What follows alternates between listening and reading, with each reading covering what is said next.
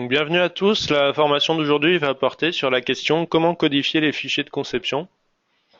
Donc vaste sujet, on va essayer de faire un petit tour de tout ce qu'on peut dire là-dessus. Et c'est un sujet, je pense, qui sera amené à être discuté éventuellement si vous avez des questions. N'hésitez pas à les poser au cours de la formation ou à la fin de la formation dans la petite boîte de dialogue que vous avez en bas à droite. J'y répondrai soit au fur et à mesure, soit éventuellement en fin de formation. Donc n'hésitez pas.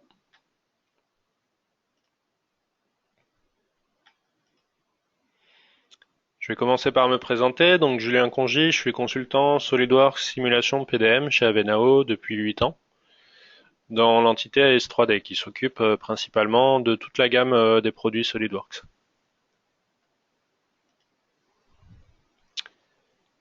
L'agenda pour aujourd'hui, ça va être premièrement pourquoi codifier ces fichiers de conception, pour remettre un petit peu dans le contexte. Ensuite, quelles données doit-on codifier? On verra les différentes méthodes de codification. On verra ensuite certains cas particuliers qui vont être la codification des produits achetés ou la visserie, la gestion des descriptions et les indices de révision, et la gestion des configurations, des constructions soudées et des multicorps, et enfin la gestion des mises en plan.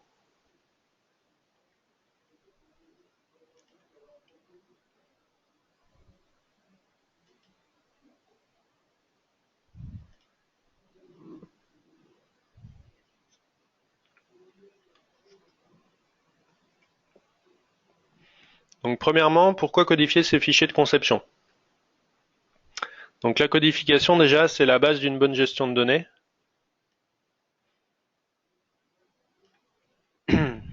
Donc il y a plusieurs choses à définir lorsque vous souhaitez gérer vos données techniques et la codification en fait partie. Donc chaque fichier doit posséder un identifiant unique constitué de son nom de fichier et de son extension. C'est-à-dire que dans le nom de fichier, vous allez avoir le nom de fichier mais également son extension qui permet de rendre unique. Donc si vous avez une pièce 1, 2, 3, 4 SLD PRT, ce sera un fichier différent de 1, 2, 3, 4 .SLD DRW qui sera la mise en plan par exemple. Donc la codification unique permet d'éviter les doublons, donc ce qui permet d'être sûr de parler de la même chose lorsque lorsque vous parlez avec un collègue ou avec un fournisseur ou avec un client. Vous êtes sûr que lorsque vous parlez de la pièce 1, 2, 3, 4, pour lui, cette pièce-là est la même que pour vous.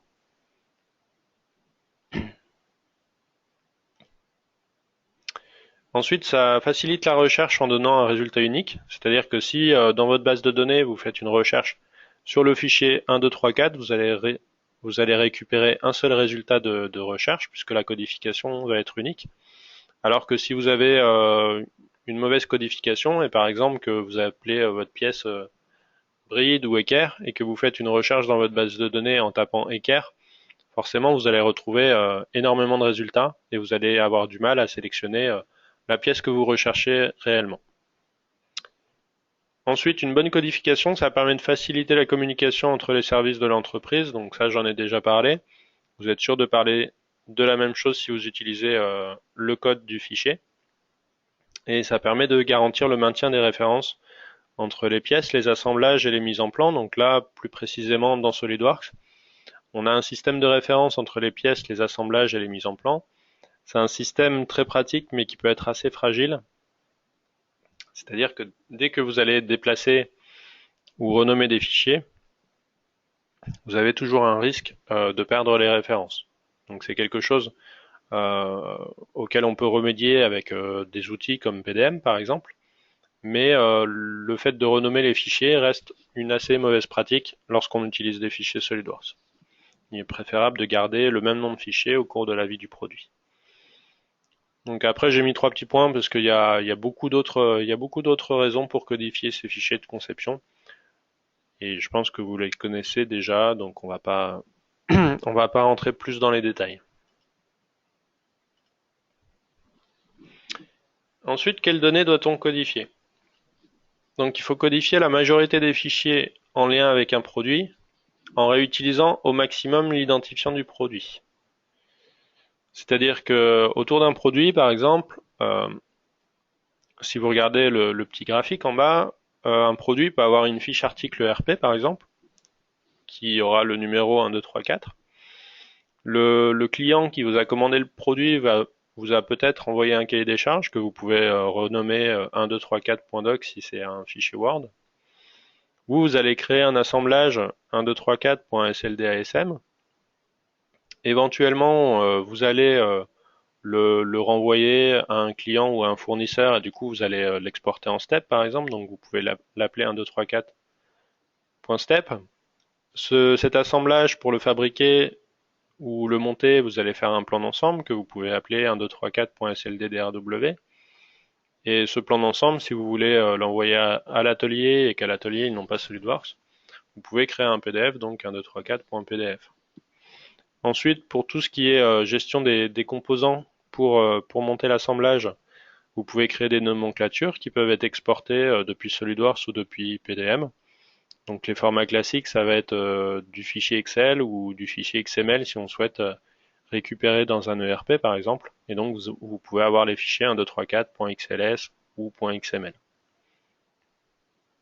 Donc l'idéal, c'est de réutiliser le même identifiant pour éviter d'avoir des correspondances entre un code ERP, un, un nom de fichier pièce et puis un numéro de plan.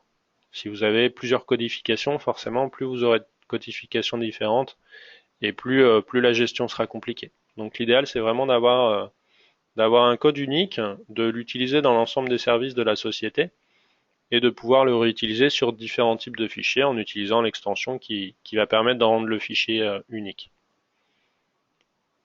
Donc c'est conseillé d'utiliser le même identifiant dans les différents systèmes de gestion pour faciliter les échanges entre le PDM, le PLM, le RP, la gestion documentaire, etc., etc. Et pour pouvoir en fait parler des mêmes produits dans les différents services de l'entreprise. Donc la codification concerne tous les services dans l'entreprise et nécessite donc une réflexion importante. Donc il ne faut pas se dire je suis dessinateur, je dois créer des pièces SolidWorks, du coup je vais les nommer comme j'ai envie et puis les autres services se débrouilleront de leur côté. C'est vraiment une réflexion qu'il faut avoir entre les services de l'entreprise pour se mettre d'accord très très tôt sur le système de codification, essayer de définir un système de codification pérenne et essayer de s'y tenir au maximum pour pouvoir faciliter le traitement des données ensuite. Ça, c'est quelque chose de très important.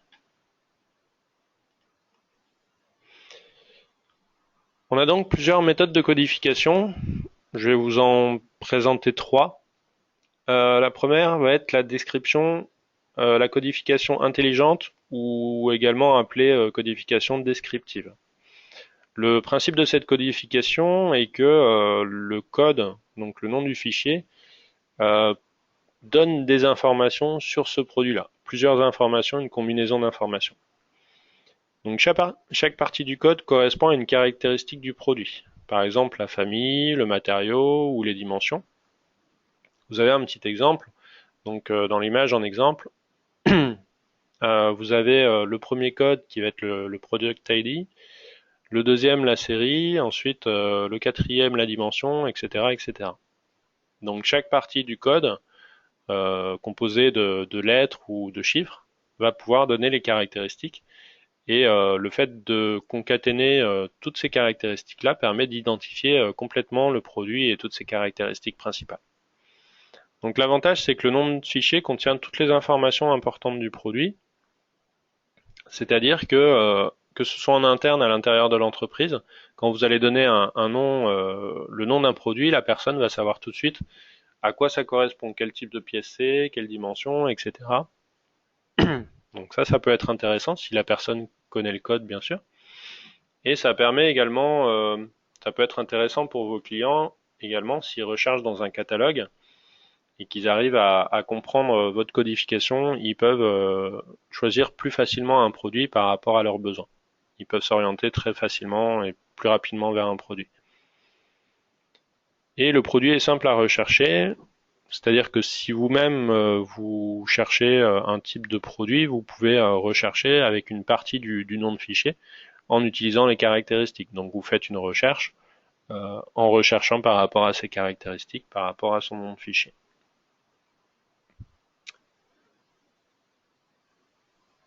Donc ça peut être intéressant si vous n'avez pas d'outils avec une base de données et que vous devez faire une recherche de fichiers dans Windows. Comme vous allez utiliser principalement le nom de fichier, si dans ce nom de fichier vous avez les caractéristiques, vous pouvez filtrer assez facilement les différents fichiers ou les trier.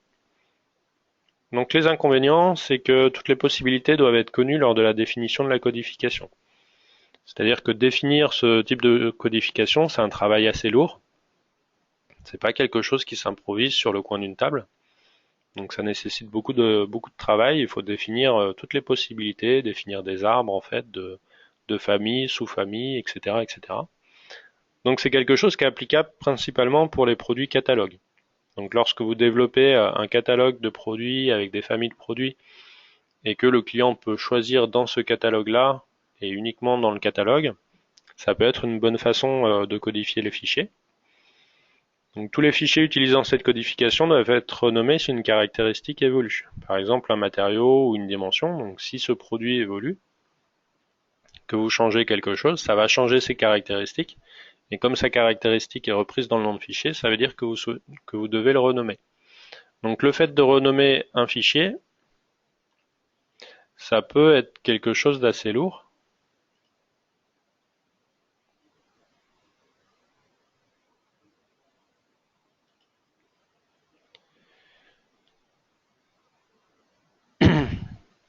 Donc ça peut être quelque chose d'assez lourd de renommer les fichiers. Premièrement, dans SolidWorks, lorsque vous souhaitez renommer une pièce, ça veut dire que vous avez toujours un risque de perdre les liens entre les fichiers, si vous avez une gestion dans Windows par exemple. Donc ce qui nécessite en fait de refaire les liens entre les assemblages, les mises en plan, etc. Et surtout si ce code-là en fait est utilisé dans différents services pour différents types de fichiers, comme on l'a vu dans une slide précédente. Lorsque vous devez renommer votre assemblage ici, ça veut dire qu'il va falloir renommer tous les autres fichiers. Donc le cahier des charges, changer le nom de la fiche article, le nom du plan d'ensemble, les PDF, les nomenclatures, etc., etc. Donc ça risque d'être assez lourd. Donc il faut faire attention de ce côté-là, il faut éviter d'avoir ce genre de codification sur des produits qui sont amenés à évoluer dans le futur. Lorsque vous souhaitez utiliser ce type de codification, vous aurez besoin d'un outil également ou d'une documentation ou une grande expérience pour nommer les fichiers correctement ou pour interpréter la codification. Donc l'outil, je ne peux pas vous dire précisément quel outil vous allez pouvoir utiliser, mais vous allez avoir des outils par exemple associés à l'ERP qui vont vous permettre de définir ce type de codification et ensuite de pouvoir créer des nouvelles fiches articles par exemple et ensuite réutiliser ce numéro d'article pour nommer vos pièces SolidWorks par exemple. Ou une documentation, donc ça va être une procédure qui vous dit voilà si si le produit appartient à telle famille, on met tel code, etc., etc. Ou alors avec l'expérience également. Donc que ce soit pour nommer les fichiers, mais également pour les comprendre. C'est-à-dire que forcément, si vous avez une nouvelle personne qui arrive dans votre entreprise, euh, elle va pas être capable d'interpréter immédiatement toutes les caractéristiques d'un produit qui sont écrits dans le code. Donc ça nécessite forcément de la formation au niveau des employés, par exemple.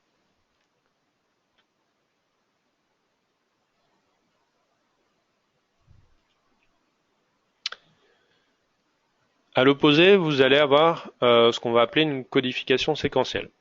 Une codification séquentielle, c'est une codification qui va être très simple à mettre en place, puisque le nom de fichier, c'est un identifiant alphanumérique sans signification particulière. C'est ce qu'on va appeler un compteur, par exemple. Donc le fichier, le premier, vous allez l'appeler 1, le deuxième 2, le troisième 3, etc., etc. Et ce numéro est juste un identifiant, et du coup, il n'a pas de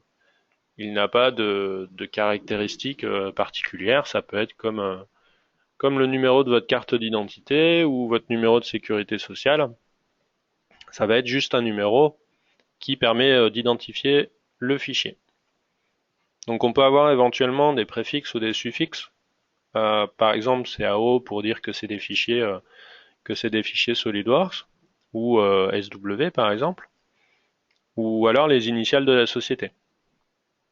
Donc si votre société s'appelle SKF par exemple, vous pouvez appeler vos fichiers SKF 000001 par exemple.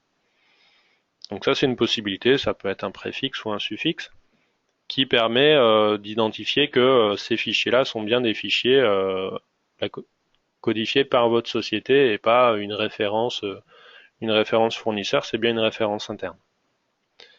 Donc les avantages, c'est que c'est très simple à utiliser, très simple à automatiser, très simple à mettre en place, à définir. Par exemple, dans PDM, vous avez une fonction très simple qui permet de créer un compteur. Et dès que vous allez créer une nouvelle pièce et que vous allez l'enregistrer dans un dossier, il va nommer cette pièce-là par rapport au prochain numéro du compteur. Donc très simple à utiliser. Et c'est applicable à tous les types de produits, y compris les fichiers spécifiques, puisque en fait vous n'avez pas besoin de, de savoir à l'avance quel type de produit vous allez faire. Si par exemple vous faites du sur-mesure, de la machine spéciale ou des produits sur cahier des charges, vous savez pas ce que vous allez être amené à faire. Donc ici en fait vous savez juste que le prochain produit, bah, il va s'appeler 56, celui d'après 57, etc., etc. Donc les inconvénients, c'est que le nom de fichier ne donne aucune indication sur le produit. C'est-à-dire que quand vous allez parler d'un produit avec vos collègues à l'intérieur de l'entreprise, par exemple, et que vous allez parler du fichier 57, si la personne n'a pas en face une nomenclature ou une fiche article qui lui dit à quoi correspond ce numéro de fichier, s'il n'a pas une description à côté ou quelque chose, il va pas forcément savoir de quel produit vous parlez. Donc, et par exemple, une personne qui va avoir une liste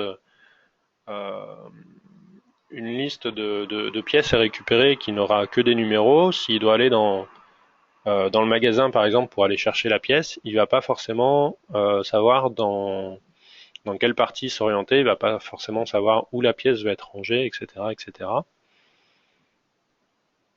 Vous n'avez en fait dans le nom de fichier, vous n'avez pas d'informations sur le type de pièce, donc vous ne savez pas par exemple si ça va être des pièces achetées, fabriquées, etc., etc. Donc ce système est un système simple qui doit absolument être associé à des propriétés à côté. Donc chaque fichier doit avoir en plus de ce numéro des propriétés avec une description, un code fournisseur ou des choses comme ça. Donc comme ces deux codifications mixtes intelligentes et séquentielles vont avoir des avantages et des inconvénients et peuvent pas forcément être appliquées à toutes les sociétés, on peut trouver un compromis entre les deux qu'on va appeler une codification mixte.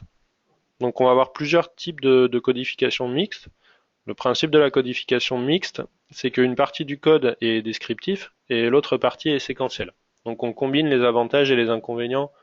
On essaye de combiner surtout les avantages des deux précédentes techniques. Le premier exemple, c'est qu'on retrouve souvent pour les sociétés par exemple qui travaillent à l'affaire et qui font de la machine spéciale, du sur-mesure sur cahier des charges. Ça va être d'utiliser le numéro d'affaires, qui est un identifiant lui-même, le numéro d'affaires ou le numéro de devis ou quelque chose comme ça, et pour tous les fichiers qui vont rentrer dans cette affaire-là, d'ajouter un compteur pour lui donner un identifiant unique. Par exemple, si vous avez l'affaire 0001, vous pouvez dire que la première pièce c'est la 001, la deuxième pièce c'est la 002, etc., etc. Vous pouvez dire que l'assemblage de plus haut niveau c'est l'assemblage 000. Vous pouvez en fait définir différentes codifications en gardant le numéro d'affaires euh, constant sur tous les fichiers, qui permet de dire que cette pièce-là appartient à telle affaire, et ensuite définir des numéros pour chacune des pièces, chacune des assemblages. Un des avantages, par exemple, ça va être que vous allez pouvoir créer simplement une liasse de plans d'affaires, c'est-à-dire que si vous lancez l'affaire en fabrication, vous pouvez imprimer par exemple tous les plans qui commencent par AFF 0001. Comme ça, vous êtes sûr d'avoir tous les plans de l'affaire et que l'atelier va pouvoir fabriquer le produit qui correspond à cette affaire-là. Voilà. L'inconvénient, c'est que faire quand on doit utiliser une pièce d'une ancienne affaire dans une nouvelle affaire. C'est-à-dire que euh, lorsque vous travaillez à l'affaire, chaque affaire va être différente, mais vous allez avoir des affaires qui vont se ressembler.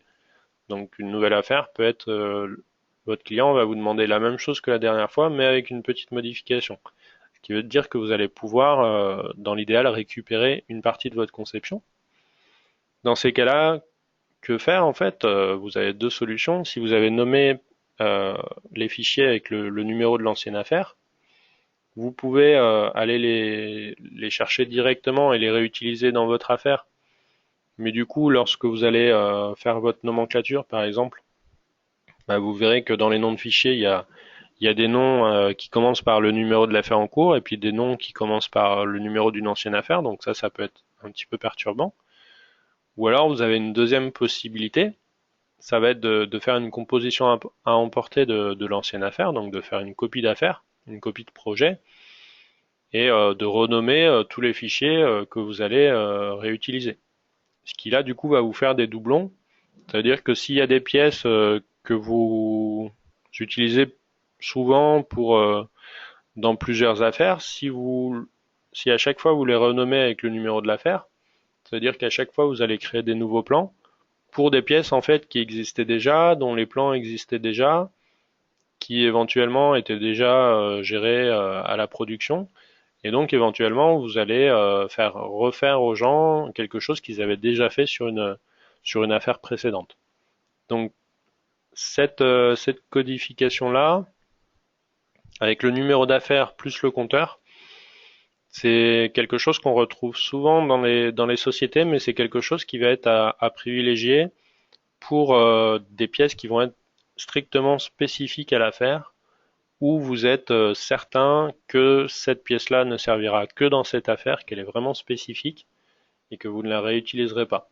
Dans le cas où vous pensez qu'une pièce, euh, vous allez pouvoir la réutiliser dans une autre affaire, dans ce cas-là, il va être préférable, par exemple, de stocker cette pièce-là dans une bibliothèque, par exemple, de produits euh, internes à l'entreprise, fabriqués par l'entreprise, donc de produits propres. Et dans ce cas-là, en fait, d'avoir une codification qui ne dépend pas de l'affaire. Donc d'avoir une codification différente, une codification de pièces de bibliothèque.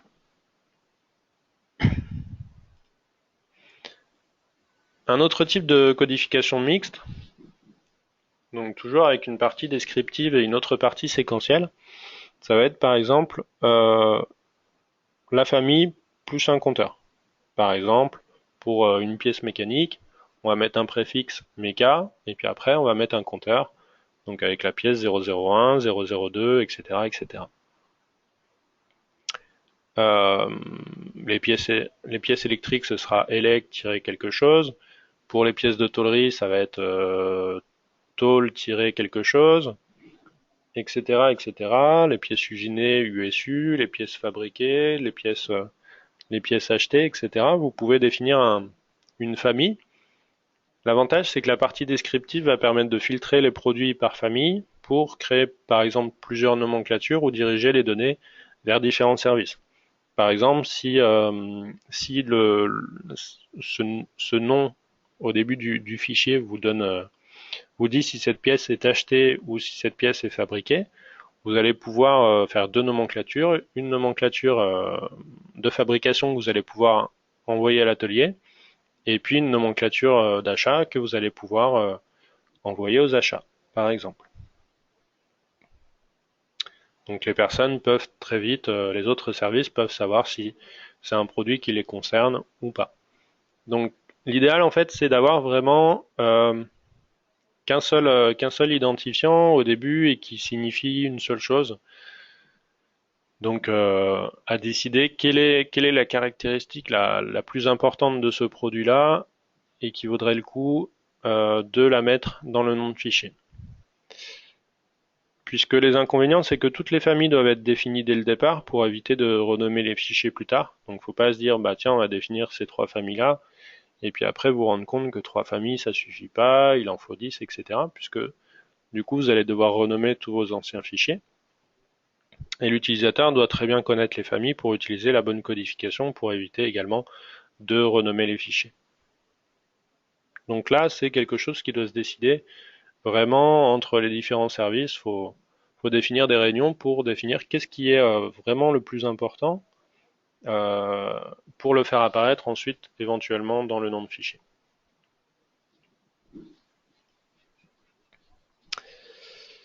On va passer un petit peu au cas particulier maintenant qu'on a défini les bases. Donc les bases en fait,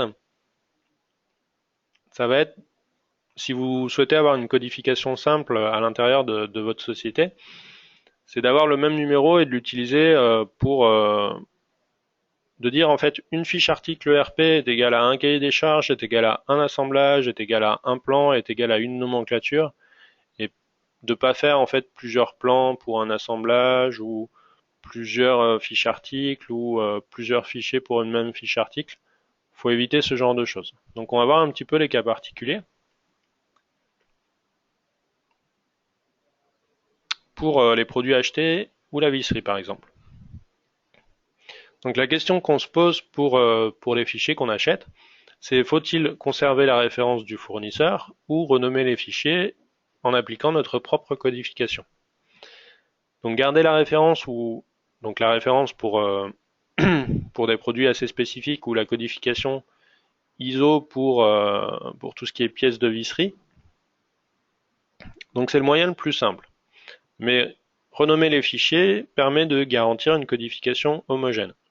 C'est-à-dire que si vous avez une codification où vos fichiers en fait s'appellent CAO1234 et qu'il y a un autre fichier qui s'appelle, si vous regardez l'exemple en bas à droite, B55.125 qui va identifier une roue que vous achetez chez un fournisseur et que à côté vous avez une vis qui s'appelle ISO 4018-M5x10WN, votre codification ne sera pas homogène et donc on risque d'avoir du mal à s'y retrouver par exemple dans votre nomenclature. Donc ça c'est quelque chose qu'il faut essayer d'éviter. Si vous utilisez la référence du fournisseur, des produits de différents fournisseurs peuvent avoir des codes identiques. C'est-à-dire que le code BB125 qui utilise BB55125 qui est utilisé chez ce fournisseur pour une roue peut être utilisé par un autre fournisseur pour désigner une équerre. Et là du coup quand vous allez chercher la pièce B55.125 dans votre bibliothèque, vous allez tomber sur des équerres, des roues, etc., etc. Donc ça peut poser problème. Et il est préférable de stocker la référence fournisseur plutôt dans une propriété référence ou éventuellement dans la description. Donc ce qui veut dire que ça c'est dans le cas où vous appliquez votre propre codification sur le nom de fichier, donc vous appelez votre pièce CAO1234 par exemple, et puis dans SolidWorks par exemple, vous définissez une propriété personnalisée référence, et puis vous mettez la référence fournisseur B55.125 par exemple. Ce qui va rentrer dans une autre case, dans une autre colonne de la nomenclature par exemple. Dans la nomenclature, vous aurez une colonne avec le nom de fichier qui sera votre codification interne, et puis vous aurez une autre colonne référence qui sera la référence du fournisseur. Éventuellement, dans la description, donc par exemple si vous utilisez les vis de la toolbox dans SolidWorks, le numéro que vous avez dans le numéro de pièce, vous l'avez également dans la description, donc vous pouvez éventuellement renommer vos fichiers avec votre codification tout en gardant l'identification du type de pièce dans la description. L'autre avantage, c'est si on change de fournisseur pour un produit, il est plus simple de changer la référence dans une propriété que dans le nom du fichier.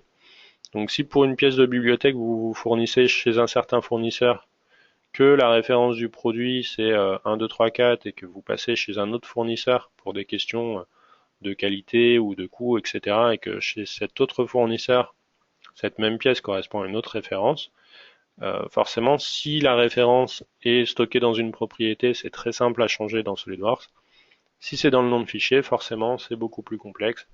Il faut renommer plusieurs fichiers et ça peut toujours avoir un impact sur les références entre les pièces, les assemblages, les mises en plan.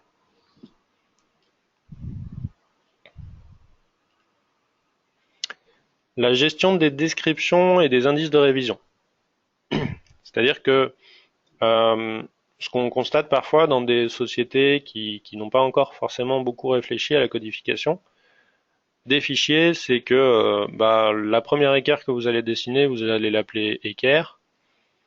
Et puis ensuite, vous allez créer une autre affaire, et puis dans l'autre affaire, vous allez devoir faire une équerre, et puis vous allez l'appeler équerre également. Puis ce qui va se passer, c'est qu'au bout d'un moment, des équerres, vous en aurez plein dans votre bibliothèque. Et du coup, ça va commencer à poser des problèmes parce qu'on ne saura plus de laquelle on parle. Et puis quand vous allez ouvrir deux assemblages en même temps, le premier assemblage va ouvrir son équerre, et le deuxième assemblage que vous allez ouvrir en même temps va utiliser l'équerre du premier assemblage au lieu de l'équerre du deuxième assemblage. Et là, ça va commencer, vous allez commencer à avoir des problèmes. Donc, utiliser la description comme nom de fichier, ça c'est vraiment quelque chose qui est pas du tout recommandé, qu'il faut absolument éviter. La deuxième chose, c'est l'indice de révision, donc indice A, B, C, D généralement. Beaucoup de clients en fait renomment leurs fichiers pour pouvoir garder un historique des anciennes versions et les renomment "-A", "-B", "-C", etc. Donc l'inconvénient, c'est que déjà ça crée beaucoup de fichiers parce qu'à chaque fois vous gardez des copies. Et l'inconvénient également, c'est que du coup vous renommez et vous avez toujours le risque en fait de perdre ces liens. Et puis vous allez éventuellement perdre la cohérence entre la codification de par exemple la fiche article et votre fichier. Votre fichier aura un "-A", mais pas la fiche article. Donc ça peut être problématique. Donc pourquoi l'indice de révision et la description ne doivent pas être présents dans le nom du fichier SolidWorks? C'est aussi que la description, ça allonge considérablement le nom du fichier et son adresse qui ont une longueur limitée dans Windows. C'est déconseillé dans Windows d'avoir des noms de fichiers très longs, d'avoir beaucoup de sous-dossiers, des noms de dossiers très longs. Lorsque vous faites des copies ou des choses comme ça peut poser des problèmes. Et du coup, si vous mettez la description dans le nom de fichier, ça veut dire que vous allez vous limiter à une très petite description. Donc c'est pas forcément très intéressant. L'indice de révision, mais aussi la description, évolue régulièrement. C'est-à-dire que dans la description, vous allez ajouter des informations par rapport à votre pièce au fur et à mesure que vous allez la modifier. Donc la description évolue, mais ce qui évolue le plus forcément, c'est l'indice de révision, puisque vous allez passer à l'indice A, B, C, D, etc. Donc c'est plus simple de modifier une propriété qu'un nom de fichier, on en a déjà parlé. Ensuite, séparer le nom de fichier, la description et l'indice de révision, qui sont vraiment trois caractéristiques différentes. Le fait de les séparer dès le départ va permettre de les récupérer beaucoup plus facilement dans différentes cases du cartouche, par exemple, et dans différentes colonnes de la nomenclature. Pourquoi je vous parle de la description et de l'indice de révision? Parce que c'est des choses que vous pouvez ajouter très facilement lorsque vous utilisez SolidWorks. Pour la description, par exemple, si vous prenez, donc on va aller faire un petit tour dans SolidWorks. Si vous dessinez une nouvelle pièce, donc on va dessiner un cube.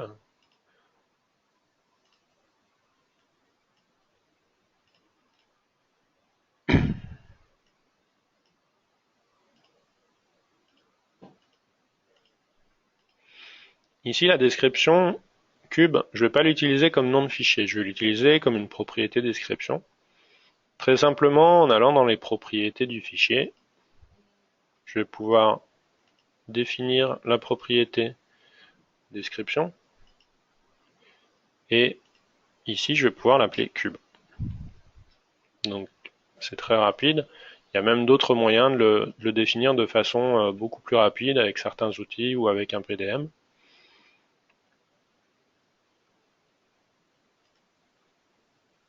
Ensuite, vous allez enregistrer votre fichier.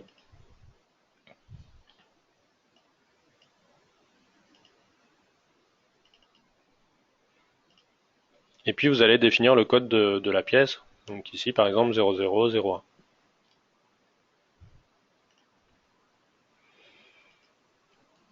Donc là, certains pourraient dire le problème, c'est que la pièce 001, on ne sait pas à quoi elle correspond. Du coup, dans un assemblage, on ne va pas savoir euh, à quoi correspondent les différentes pièces. Vous avez la possibilité dans SolidWorks de faire apparaître la propriété description très facilement en faisant un clic droit sur une pièce ou sur un assemblage. Vous allez dans Affichage de l'arbre et ici vous pouvez montrer les descriptions des composants. Ça c'est une fonction qui n'est pas très connue mais qui est très pratique, ce qui permet de faire apparaître la description de la pièce.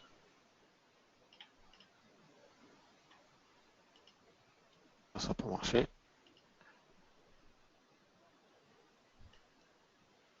Je vais vous montrer un exemple.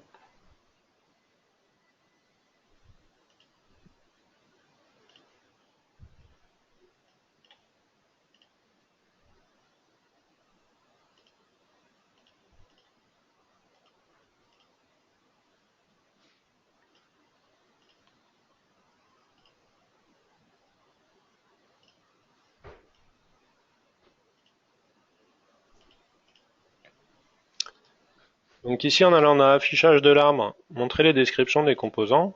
Vous avez ici le numéro de la pièce et ici la description. Si vous créez un assemblage à partir de cette pièce-là,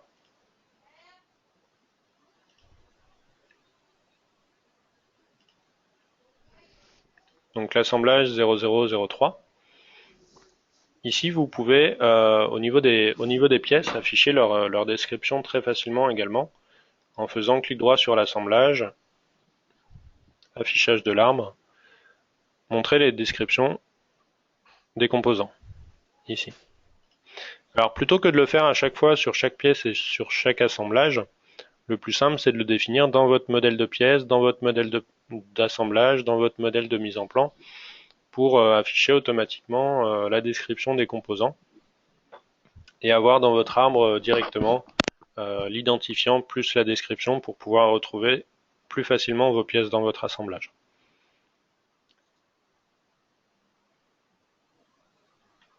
Du coup ici quand vous faites une nomenclature, vous allez avoir une colonne numéro de pièce qui va être votre identifiant et une deuxième colonne ici qui va être la description. Ce qui va être beaucoup plus simple ensuite à traiter puisque vous êtes dans plusieurs colonnes et également lorsque vous êtes dans la mise en plan, le fait d'avoir le numéro, la description et la révision à plusieurs endroits vous permet de les faire apparaître dans différentes cases de votre cartouche. Donc là, pour faire apparaître, pour définir une propriété révision dans une mise en plan, c'est assez simple également. Ce que vous pouvez faire, c'est donc ici je vais recommencer. Si je veux avoir une propriété révision dans une mise en plan, je peux tout simplement ajouter une table de révision. Donc je vais dans les annotations, dans les tables, table de révision, je vais prendre la table de révision standard de SolidWorks par exemple, et je vais pouvoir l'insérer directement,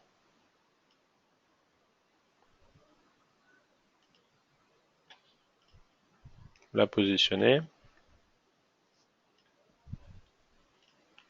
Donc j'ai ma table de révision, je peux lui dire d'avoir une table qui monte, et ici je vais avoir un bouton pour ajouter une révision, ce qui va me permettre de créer directement la révision A. Cette table de révision va créer la propriété révision qu'on va retrouver ici, va lui attribuer la valeur A.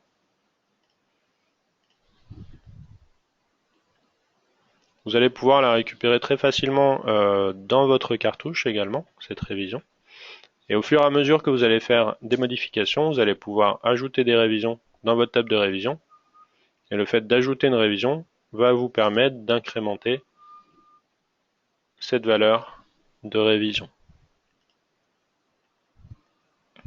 Ici.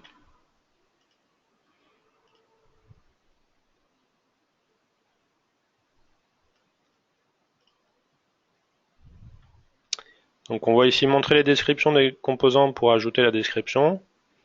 On voit ici comment ajouter dans les propriétés de la pièce. Et on voit ici la table de révision qui permet de gérer les révisions automatiquement dans une propriété.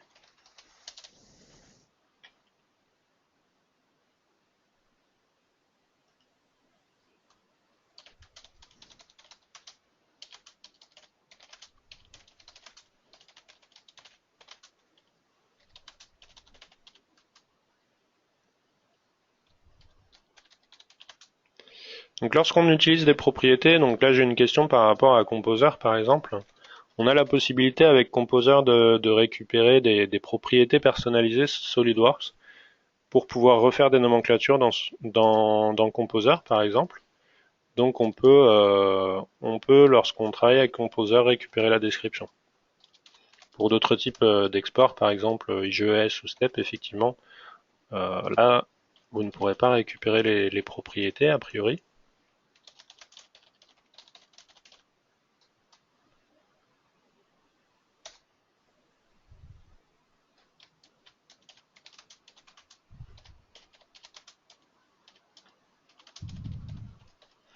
Donc j'ai quelques remarques dans les questions.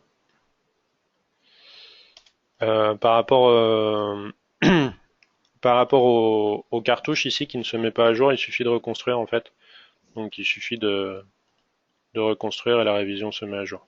Donc lorsque vous ajoutez une révision dans votre table de révision, ça va mettre à jour la propriété et il suffit de mettre à jour, donc de reconstruire votre plan pour qu'il apparaisse correctement dans votre cartouche.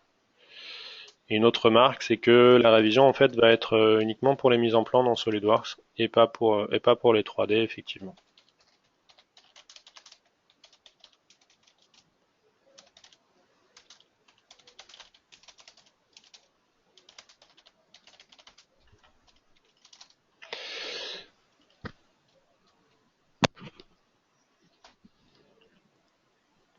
Au niveau des révisions, c'est pas à chaque fois que vous allez modifier le fichier qui va ajouter automatiquement une ligne dans la table de révision, c'est vous qui allez décider que vous êtes arrivé à un niveau où votre pièce, vous l'avez validée, donc elle passe par exemple en révision A, et puis, Non, vous faites valider le plan par quelqu'un qui vous demande une modification.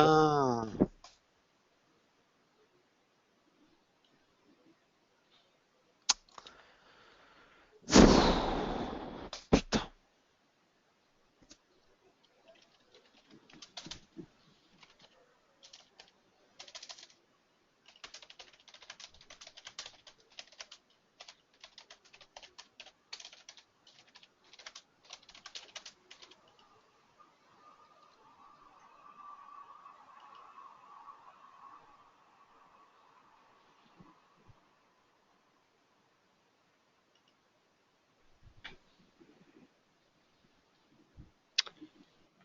Donc voilà pour les révisions et les descriptions.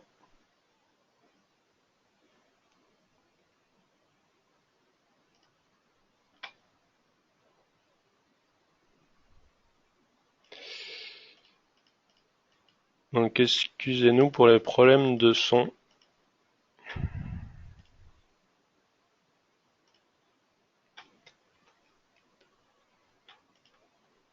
La gestion des configurations.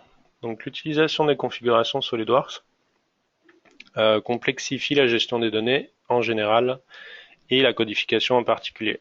Donc il ne faut les utiliser que dans des cas très particuliers, par exemple des pièces de bibliothèque avec beaucoup de variantes qui seraient trop longues à dessiner autrement, par exemple.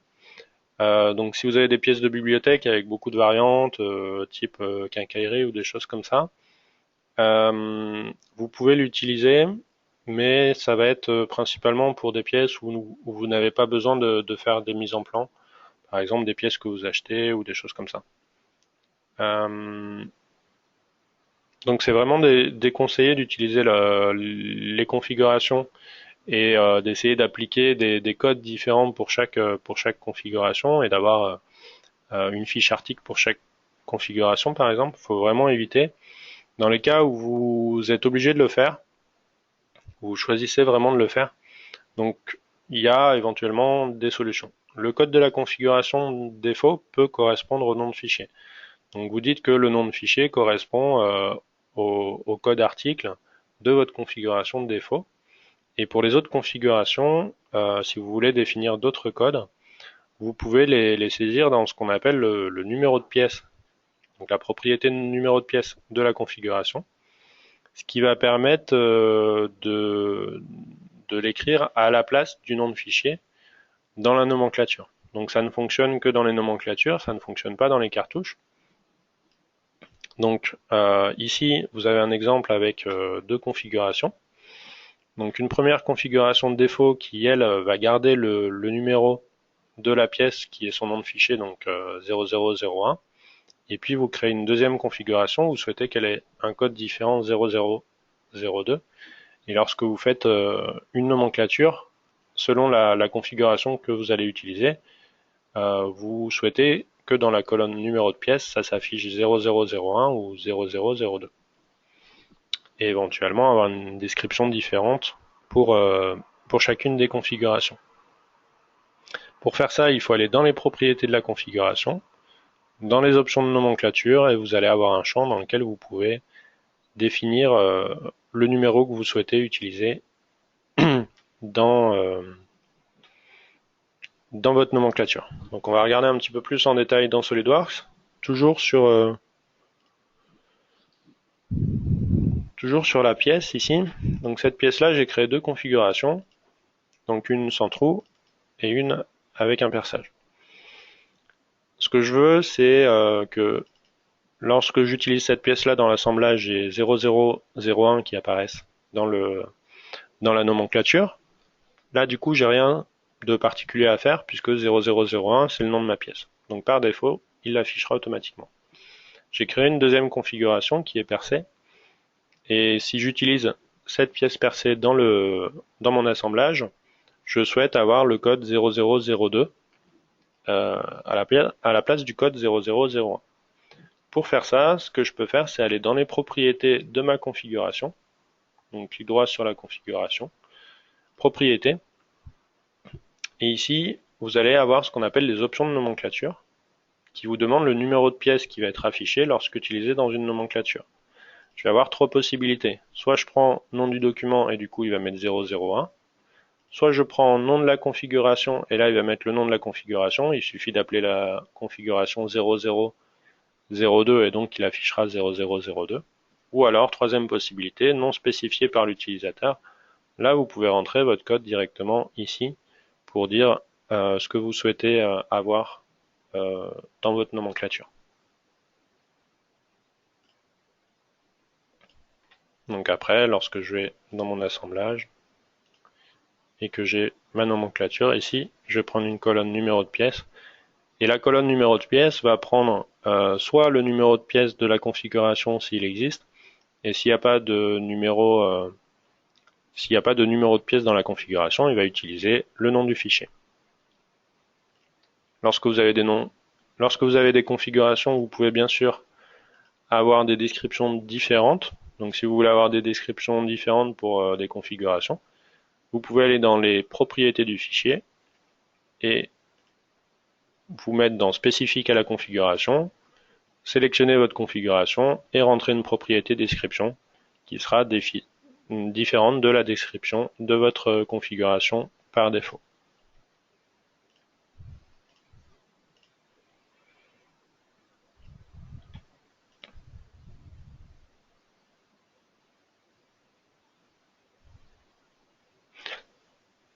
Donc ça, c'est vraiment des techniques de contournement, l'idéal étant d'éviter les configurations. Si vous avez deux codes articles différents, il est préférable de créer deux pièces.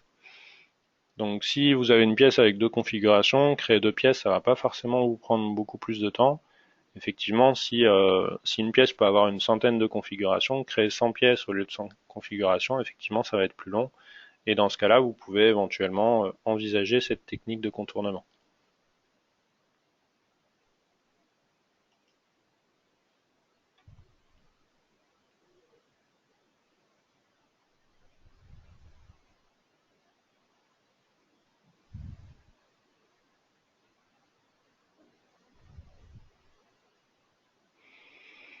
Donc cette technique, vous pouvez l'utiliser sur les pièces de Toolbox, puisque au niveau des pièces de Toolbox, à chaque fois que vous allez utiliser une taille, ça va vous créer une nouvelle configuration.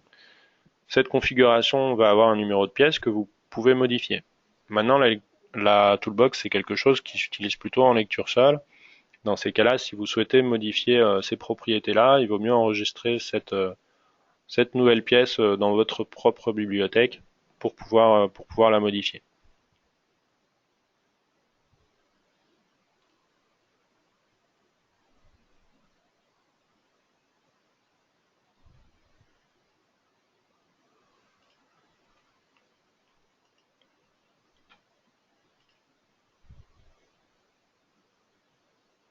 On va passer à la gestion des pièces, des constructions soudées et des pièces multicorps. Donc là, il y a une gestion idéale et également au niveau des multicorps. C'est un code article égale une pièce multicore. C'est-à-dire que si vous dessinez une structure, si cette structure-là a une seule fiche article dans votre ERP et que les différents profilés n'ont pas de fiche article, alors vous pouvez faire une construction soudée. Dans le cas où chaque profilé a un code article et est renseigné dans le RP, là, dans ces cas-là, il va être conseillé plutôt de faire un assemblage avec des pièces plutôt que de créer une pièce multicore. L'objectif étant, comme avant, d'avoir vraiment un fichier 3D égale une mise en plan, égale une fiche article, etc., etc., pour des questions de cohérence. Donc les corps, donc ça peut être des profilés, des tôles ou des corps volumiques, n'ont pas de code associé. Et si chaque profilé doit avoir un code, alors il est préférable de faire un assemblage avec une pièce par profilé. Si besoin, une pièce multicore peut être transformée en assemblage de pièces avec la fonction enregistrer les corps. Donc imaginons que vous souhaitez avoir un code sur chaque profilé, mais vous souhaitez quand même utiliser la fonction des constructions soudées dans SolidWorks. Ce que vous pouvez faire, c'est faire en deux étapes. Donc c'est là aussi une solution de contournement. Je vais vous montrer un exemple.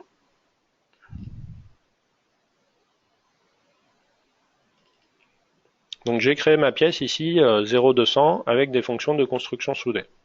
Donc je me retrouve avec une pièce multicore avec une liste des pièces soudées. Ce que je vais pouvoir faire, c'est que je vais pouvoir exporter tous mes corps en pièces et ma pièce ici en assemblage. Pour faire ça, je vais faire clic droit sur la liste des pièces soudées. Je vais faire enregistrer les corps. Dans cette fenêtre-là, je vais aller d'abord définir mon assemblage en cliquant sur parcourir. Et je vais appeler mon assemblage du coup 0200, comme ma pièce qui contient tous les corps. Et je vais la mettre à un endroit particulier.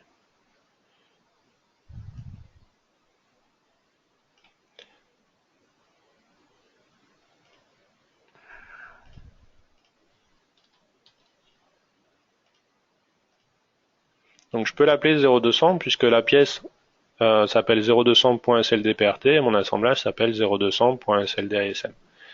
Donc ça posera pas de problème. Ensuite, je peux cocher la case dériver les pièces résultantes des corps similaires ou de la liste des pièces soudées pour pouvoir en fait grouper mes quatre pieds ensemble et dire que ces quatre pieds-là, ça va être la même pièce et pas quatre pièces différentes, etc., etc. Ensuite, je vais pouvoir définir le nom de mes pièces en double-cliquant, en disant ça va être la 0201, ça la 0202, et ainsi de suite.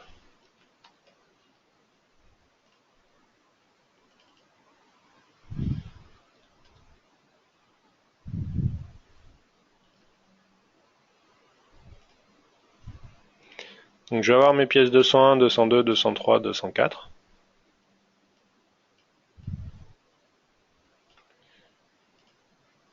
Là, je valide. Il me crée mon assemblage avec mes pièces.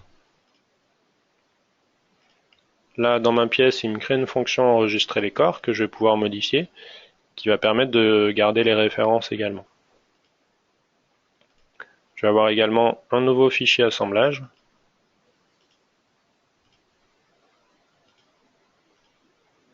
qui va contenir les pièces 201, 202, 203, 204. La pièce 201 a été insérée 4 fois, et c'est 4 fois la même pièce.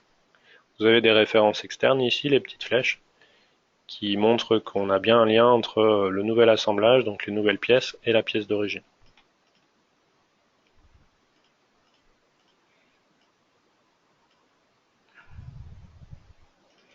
Lorsque vous allez dans votre explorateur, vous avez votre nouveau fichier assemblage ici, 200, et les pièces 201, 202, 203, 204. Et du coup, vous avez tous vos fichiers qui correspondent à toutes vos fiches articles. Et à partir de ces pièces-là, vous allez pouvoir créer une mise en plan, par exemple, pour chaque code et avoir très facilement la mise en plan 201 qui correspond, la mise en plan 202 qui correspond, et puis la mise en plan 200 qui correspond à l'ensemble de la construction soudée. Donc ça, c'est une technique de contournement qui peut être utilisée pour les constructions soudées.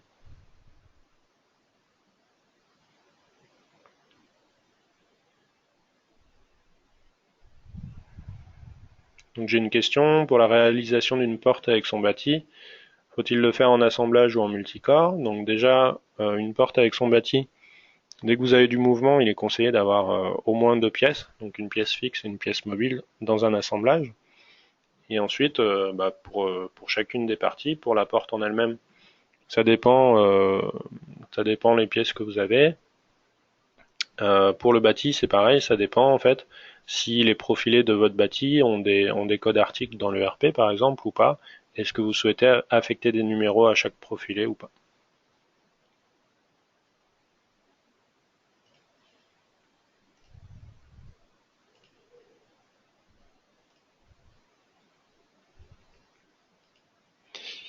Et dernier cas particulier, la gestion de la mise en plan. Donc la gestion idéale pour la codification des mises en plan, c'est un code article est égal à un fichier 3D est égal à une mise en plan. Donc l'idéal c'est vraiment d'avoir 1 pour 1 à chaque fois. Si j'ai une pièce 0001, je vais avoir une mise en plan 0001. Je vais pas essayer de faire une mise en plan par exemple avec toutes les pièces d'une affaire. Je vais pas essayer de regrouper plusieurs pièces dans une seule mise en plan. Je vais vraiment faire une mise en plan par pièce plutôt que de créer une grosse mise en plan avec plein de feuilles et puis une pièce par feuille. Ça, faut éviter. Si beaucoup de vues du même modèle à faire, il est préférable de faire plusieurs feuilles. Donc vous avez une pièce par exemple qui est très complexe et puis vous avez besoin de faire beaucoup de vues. Dans ces cas-là, plutôt que de faire plusieurs mises en plan qui auraient le même code, vous pouvez en fait faire plusieurs feuilles dans la mise en plan et mettre autant de vues que vous souhaitez. Ça, c'est quelque chose que vous pouvez faire. Cette méthode-là, de créer des plans avec plusieurs feuilles, c'est une méthode qui a ses limites dans SolidWorks. Donc il faut faire attention pour les gros assemblages. Par contre, quand vous allez exporter votre plan avec plusieurs feuilles en PDF, vous pouvez créer un PDF multifeuille également. Donc ça pose pas de problème. Et pour les gros assemblages, si vous avez des problèmes de ressources, on peut faire plusieurs mises en plan au lieu de créer plusieurs feuilles. Et dans ces cas-là, vous pouvez imaginer un suffixe par exemple. Donc vous avez la 3D qui s'appelle 1, 2, 3, 4 et les différentes mises en plan qui vont référencer cet assemblage-là. Vous pouvez les appeler 1, 2, 3, 4-1, 1, 2, 3, 4-2, etc. Comme ça, on sait que toutes ces mises en plan référencent le même assemblage. La mise en plan doit avoir le même nom que la pièce, mais également il faut la stocker dans le même dossier. Donc il faut éviter d'avoir par exemple des dossiers pièces, un dossier assemblage, un dossier mise en plan. Ça c'est quelque chose qu'on rencontre parfois, qui n'est pas une bonne méthodologie. La bonne méthodologie, c'est de mettre la mise en plan au même endroit que la pièce 3D dans SolidWorks, ce qui va vous permettre de l'ouvrir directement depuis la 3D et de l'inclure facilement lors d'une composition à emporter également. Donc vous avez ces deux possibilités dans SolidWorks. Vous êtes dans une pièce et vous souhaitez basculer sur la mise en plan, vous avez la possibilité de faire clic droit sur la pièce, ouvrir la mise en plan. Ça ne fonctionne que si la mise en plan a le même nom de fichier et se trouve dans le même dossier. C'est quelque chose de très pratique pour basculer de l'un à l'autre, sachant que pour rebasculer dans la 3D, il suffit de cliquer sur la pièce et de faire ouvrir la pièce. Donc ça, c'est une fonction qui est très utile. Et lorsque vous allez faire une composition à emporter, si vous souhaitez inclure les mises en plan, donc fichier, composition à emporter, on va le faire sur l'assemblage, ça a plus d'intérêt sur un assemblage.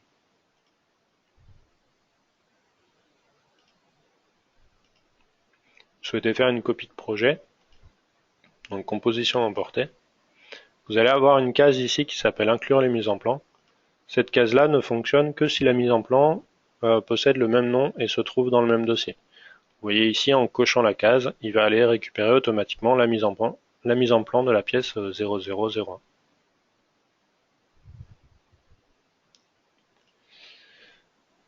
Donc voilà pour les mises en plan.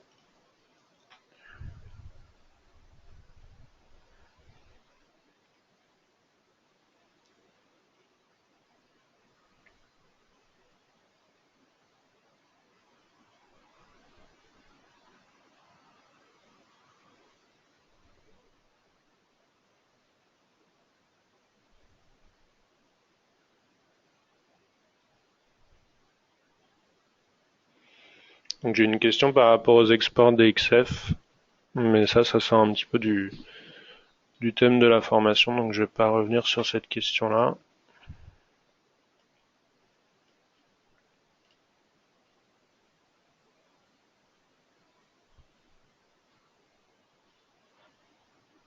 Pour la question sur l'export DXF, vous pourrez passer plutôt par le forum ou par le support technique.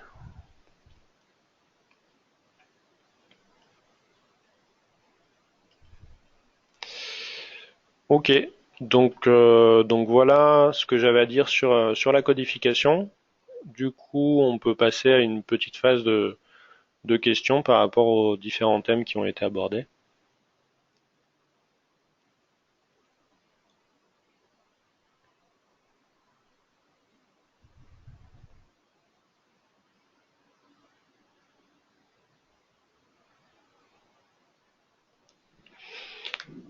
Vous avez le petit panneau des questions en bas à droite.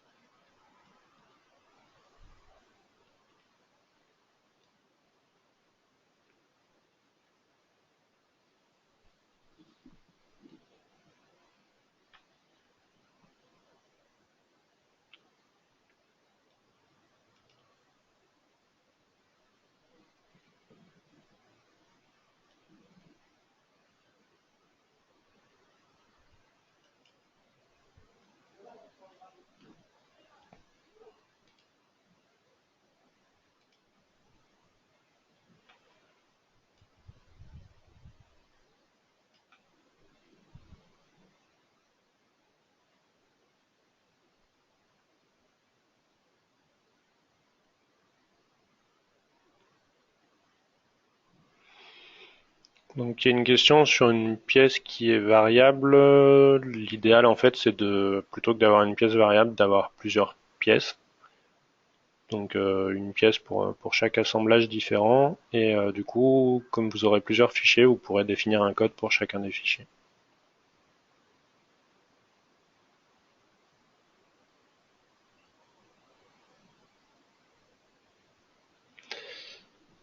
Ok, donc a priori il n'y a plus de questions. Du coup, bah, je vais vous souhaiter un bon appétit et puis à bientôt pour une prochaine formation. Au revoir.